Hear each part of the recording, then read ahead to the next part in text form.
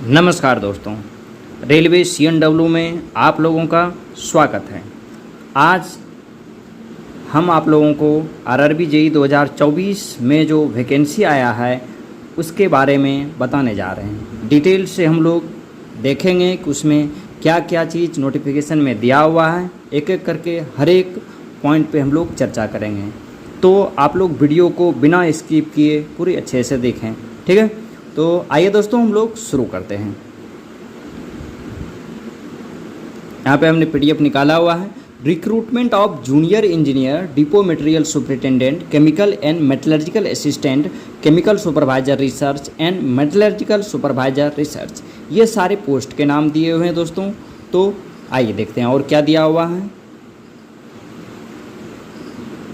ठीक है। ये सेंट्रलाइज्ड एम्प्लॉयमेंट नोटिस नंबर हो गया सन 03/2024, ठीक है। ओपनिंग डेट ऑफ एप्लीकेशन का जो ओपनिंग डेट है वो दिया हुआ है 30/7/2024। 30/7/2024 से आप लोग एप्लीकेशन फिलअप कर सकते हैं, ठीक है। Closing date for submission of application including payment fee, इसकी बात करें तो ये जो लास्ट डेट दिया हुआ है 29/8/2024 दिया हुआ है, ठीक है। उसके बाद अगर हम बात करें date of modification window for correction in application form with payment of modification fee, ठीक है। अगर आप लोग एप्लीकेशन में कुछ मॉडिफिकेशन करना चाहते हैं तो उसके लिए दिया हुआ है 30/8/2024 से 8/9/2024 तक आप लोग मॉडिफिकेशन कर सकते हैं अप्लाई करने के बाद, अगर कुछ भी उसमें आपका गलती हो जाता है, ठीक है। हम लोग आगे बढ़ते हैं दोस्तों। तो यहाँ पे देख सकते हैं, यहाँ पे 2 टाइप का पोस्ट दिया हुआ है, ठीक है। एक लेवल 7 का जॉब है और एक लेवल 6 का जॉब है। तो लेवल 7 में क्या क्या है, chemical supervisor and metallurgical supervisor, ठीक है। ये दोनों जो है ये लेवल 7 का जॉब है। इसमें आपको इनिशियल बेसिक पे जो देखने को मिलेगा वो 44,900 मिलेगा, यानी कि सीनियर सेक्शन इंजीनियर का जो इनिशियल बेसिक पे रहता है वही आप लोगों को इसमें देखने को मिलेगा, ठीक है। इसके लिए अगर एज की बात करें तो 18 से 36 साल दिया गया है और ये पोस्ट सिर्फ आपको RRB गोरखपुर में देखने को मिलेगा। टोटल नंबर ऑफ पोस्ट 17 है दोस्तों, ठीक है।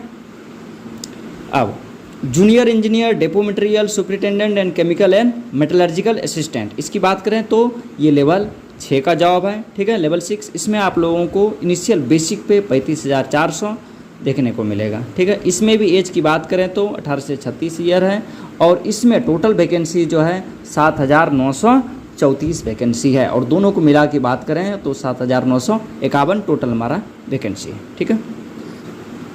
चलिए दोस्तों आगे बढ़ते हैं। अब देखते हैं कि इसमें क्या क्या इंपॉर्टेंट इंस्ट्रक्शन दिया हुआ है फॉर्म को फिलअप करने के लिए, ठीक है। तो एक एक करके हम लोग देखते हैं हर एक पॉइंट को, ठीक है। Candidate must ensure that they possess or fulfill all the prescribed educational and technical qualification for the post on or before the closing date for submitting application against this, ठीक है। Candidate waiting for final results of prescribed educational technical qualification are not eligible to apply, ठीक है। तो जिसका final result अभी जो आपका course है उसका नहीं आया है तो वो आदमी एलिजिबल नहीं है। जिसका कोर्स कंप्लीट हो चुका है, डिग्री डिप्लोमा जो भी किए हैं, तो वही आदमी इस फॉर्म को फिलअप कर सकता है, ठीक है। अब इसमें पोस्ट पैरामीटर एनेक्चर टेबल ए में दिया हुआ है, ठीक है, और वैकेंसी टेबल ये एनेक्चर बी में दिया हुआ है, इसको हम लोग बाद में देखेंगे, आएगा नीचे, ठीक है। अब पॉइंट नंबर 4, ठीक है दोस्तों। अब इसमें कह रहा है कि आप लोग कोई न कोई सिर्फ एक RRB से अप्लाई कर सकते हैं। मोर देन 1 RRB से अगर अप्लाई करेंगे तो आपका एप्लीकेशन रिजेक्ट कर दिया जाएगा, ठीक है। तो सिर्फ एक RRB आप लोगों को चूज करना है, ठीक है। आइए देखते हैं और क्या क्या इंपॉर्टेंट इंस्ट्रक्शन इसमें दिया गया है, हाँ, ठीक है।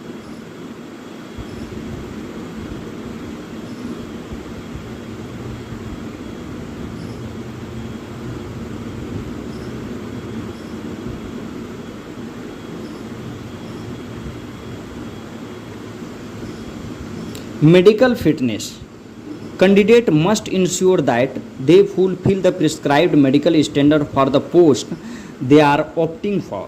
ठीक है, candidate who are found medically unsuitable for the post opted shall not be given any alternative appointment. ठीक है, इसमें कह रहा है दोस्तों कि आप जिस पोस्ट के लिए अप्लाई कर रहे हैं तो उस पोस्ट का जो मेडिकल स्टैंडर्ड है वो आप फुलफिल कर रहे हैं कि नहीं कर रहे हैं। अगर नहीं कर रहे हैं तो बाद में आपको कोई दूसरा पोस्ट नहीं दिया जाएगा। तो फॉर्म अप्लाई करने से पहले आप लोग देख लें कि आप जिस पोस्ट के लिए अप्लाई कर रहे हैं तो वो उसका जो मेडिकल स्टैंडर्ड है वो आपको फुलफिल करना होगा। ठीक, एज रिलैक्सेशन की बात करें तो इसमें हमको लगता है SC/ST को 5 साल और OBC के लिए 3 साल का एज रिलैक्सेशन दिया गया है, वो हम लोग देखेंगे आगे मिलेगा। ठीक है, स्केल ऑफ पे स्केल की बात करें तो junior engineer JE, depot material superintendent DMS and chemical and metallurgical assistant CMA ये लेवल 6 का जॉब है। ठीक है, विथ इनिशियल पे आपको 35,400 मिलेगा, ये हमारा बेसिक सैलरी हो गया। इसके अलावा आपको DA HRA वगैरह एलवेंसेस वगैरह भी मिलेगा। ठीक है, और दूसरा पॉइंट बात करें तो chemical supervisor research and metallurgical supervisor research ये लेवल 7 का जॉब है। ठीक है, इसमें आप लोगों को बेसिक पे इनिशियल में 44,900 देखने को मिलेगा। इसके साथ आप लोगों को अदर एलवेंसेस भी दिया जाएगा। ठीक, आगे बढ़ते हैं हम लोग।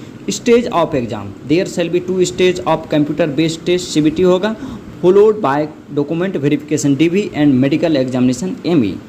जब CBT 1 और CBT 2 आप लोग पास कर जाएंगे, क्वालिफाई हो जाएंगे, तो उसके बाद आप लोगों का डॉक्यूमेंट वेरिफिकेशन होगा और डॉक्यूमेंट वेरिफिकेशन के जस्ट बाद मेडिकल एग्जामिनेशन होता है। ठीक है, अब पॉइंट नंबर 13 में कह रहा है दोस्तों कि जितना भी हमारा वैकेंसी है, नंबर ऑफ सीट है, उसका 15 टाइम्स वो रिजल्ट देगा CBT 1 में। ठीक है, तो अगर 15 टाइम्स के अंदर आप आते हैं तो CBT 2 में आप लोग बैठने के लिए एलिजिबल होंगे। Marks will be normalised as given in para इतना। ठीक है, मार्क्स का नॉर्मलाइजेशन भी होगा जैसे कि आप लोगों को पता है। ठीक है, पॉइंट नंबर 15 में है कि candidate should have their 1 active mobile number and valid personal mail ID as RRB shall send all the recruitment related communication only through the SMS and or email। ठीक है, तो आप लोगों को एक परमानेंट मोबाइल नंबर और एक email ID आप लोगों के पास रहना चाहिए। ठीक है, वही आप लोग उसमें अकाउंट जब क्रिएट करेंगे उस टाइम देना पड़ेगा और वो चीज़ चेंज नहीं होगा। जब तक कि आप लोगों का पूरा रिक्रूटमेंट प्रोसेस ख़त्म नहीं हो जाता है तब तक आप लोग का मोबाइल नंबर और ईमेल ID दोनों चीज़ एक्टिव रहना चाहिए। निगेटिव मार्किंग बात करें तो 1/3 निगेटिव मार्किंग है इच रॉन्ग आंसर के लिए। ठीक,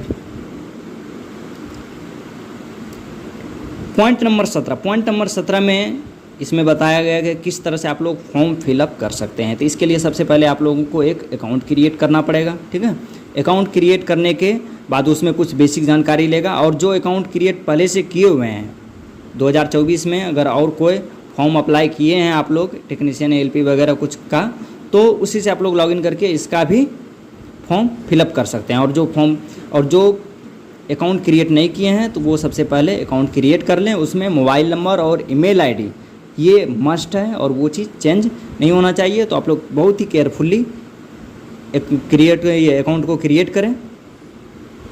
ठीक है,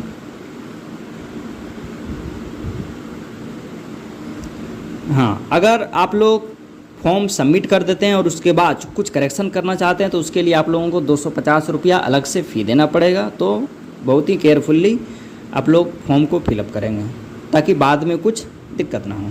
ठीक है, बाइंड आइटम, तो वो कौन सा आइटम है जिसको आप लोग एग्ज़ाम सेंटर में नहीं ले जा सकते हैं, तो उसमें आ गया mobile phone, Bluetooth, pen drive, laptop, calculator, smart watches, bangles, chains, bracelet, hearing aids, wallet, purse, belt, shoe, metallic wears, ये सारी चीज़ें अलाउ नहीं रहेगा। ठीक है, ये सबको पता है।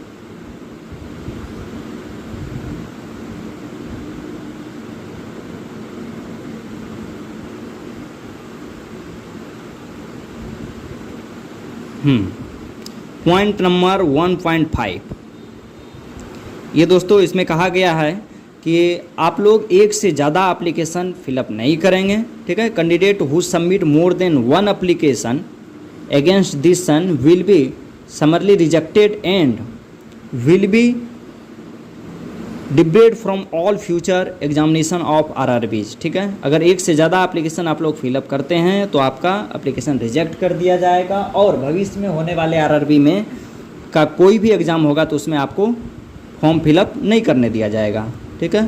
तो एक से ज़्यादा एप्लीकेशन नहीं डालना है, ठीक। आइए हम लोग आगे बढ़ते हैं दोस्तों। Candidate should enter their name, father's name and date of birth as recorded in matriculation, SSLC high school examination certificate or an equivalent certificate only. तो इसमें आप लोग नाम, फादर्स नेम और डेट ऑफ बर्थ जो डालेंगे वो आपका जो मेट्रिकुलेशन का सर्टिफिकेट है उसी के अकॉर्डिंग होना चाहिए। Signature of the candidate on all the documents should be uniform and identical. आप लोग जो साइन करेंगे वो सब जगह आइडेंटिकल करेंगे, ये नहीं कि यहाँ कुछ कर दिए दूसरे जगह कुछ और कर दिए, ठीक है दोस्तों।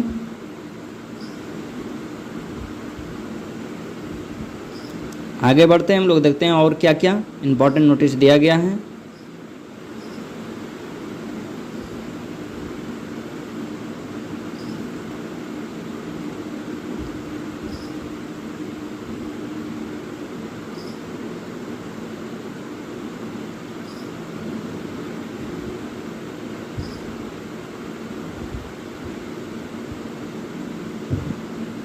मेडिकल स्टैंडर्ड, ठीक है। Candidate call for DV will have to pass the required medical fitness test, ठीक है। जिसका डॉक्यूमेंट वेरिफिकेशन हो जाएगा तो उसके जस्ट बाद मेडिकल एग्जामिनेशन होता है। तो आप लोगों को मेडिकल एग्जामिनेशन भी पास करना होगा, जिस पोस्ट के लिए जो स्टैंडर्ड है वो चीज़ उनको चाहिए, ठीक है। अब इसमें हम लोग देखते हैं कि किस किस मेडिकल स्टैंडर्ड में क्या क्या चीज़ होना चाहिए। तो मेडिकल स्टैंडर्ड A3 की बात करें तो इसमें आपका जनरल फिटनेस जो है फिजिकली फिट होना चाहिए इन ऑल रिस्पेक्ट, ठीक है। इसके अलावा विजन स्टैंडर्ड की बात करें तो इसमें विजन हमारा डिस्टेंस विजन 6/9 विथ और विदाउट ग्लासेस होना चाहिए। Power of lens not be exceed 2 dioptre. आपके चश्मे का जो पावर होना चाहिए वो 2 डायोप्टर से ज़्यादा नहीं होना चाहिए। नियर विजन की बात करें तो SN 0.6 होना चाहिए विथ और विदाउट ग्लास, ठीक है। Must pass test of the colour vision आपको आना चाहिए, binocular vision, night vision and the mesopic vision. अब ये सब विजन क्या क्या होता है ये आप लोगों को दूसरे वीडियो में हम डिटेल से बताएंगे, ठीक है। और इसी तरह B1 के लिए है, B2 के लिए है, ठीक है दोस्तों। सबसे महत्वपूर्ण जो है वो CBT 1 और CBT 2 है। उसके बाद जो डॉक्यूमेंट वेरिफिकेशन और मेडिकल होता है वो नॉर्मल होता है, वो उसमें कोई दिक्कत वाली बात नहीं होता है, सब लोग लगभग पास हो जाता है, ठीक है दोस्तों। आइए देखते हैं और क्या क्या इसमें इम्पोर्टेंट दिया हुआ है।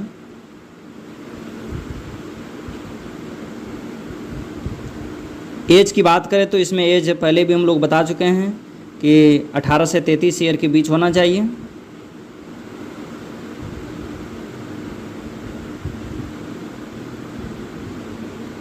एज रिलैक्सेशन की बात करें तो इसमें SC ST के लिए 5 साल का रिलैक्सेशन है, OBC नॉन क्रीमी लेयर को 3 साल का रिलैक्सेशन है दोस्तों, ठीक है। एक्स सर्विसमैन अगर आप हैं तो उसमें भी दिया हुआ है 3, 6 और 8 SC ST के लिए, OBC के लिए 6 और UR या EWS हैं तो उसको 3 ईयर का, ठीक है। पर्सन विथ बेंचमार्क डिसेबिलिटीज़ इसके लिए हमारा 10 साल, 13 साल और 15 साल अलग अलग कैटेगरी में दिया हुआ है, ठीक है।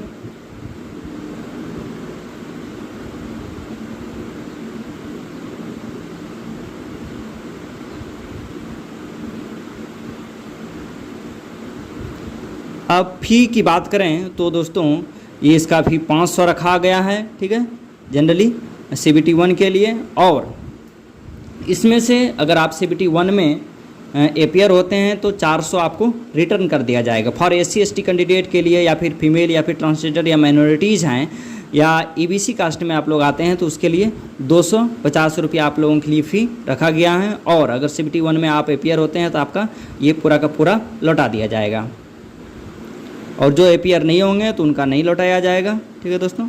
मोड ऑफ फ़ी पेमेंट, तो आप लोग ऑनलाइन, इसमें दिया गया ऑप्शन कि online fee payment only through the internet banking, debit और क्रेडिट कार्ड और UPI से आप लोग कर सकते हैं। ठीक है दोस्तों।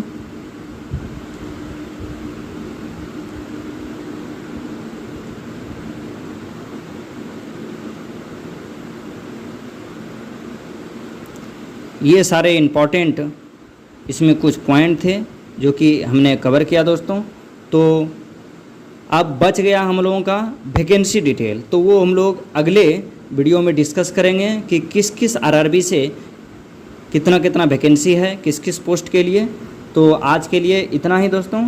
तो आप लोग अच्छा से वीडियो को देखें, ठीक है, और अगले वीडियो का इंतज़ार करें। अगले वीडियो में हम आप लोगों को बताएंगे कि किस किस रेलवे बोर्ड से कितना कितना हमारा वैकेंसी है, और CBT 1 के लिए हमारा क्या स्ट्रेटजी होना चाहिए ताकि हम लोग आसानी से पास कर सकें एग्ज़ाम को और एक अच्छी सी नौकरी प्राप्त कर सकें। तब तक के लिए धन्यवाद दोस्तों। अगली वीडियो में मिलते हैं। धन्यवाद।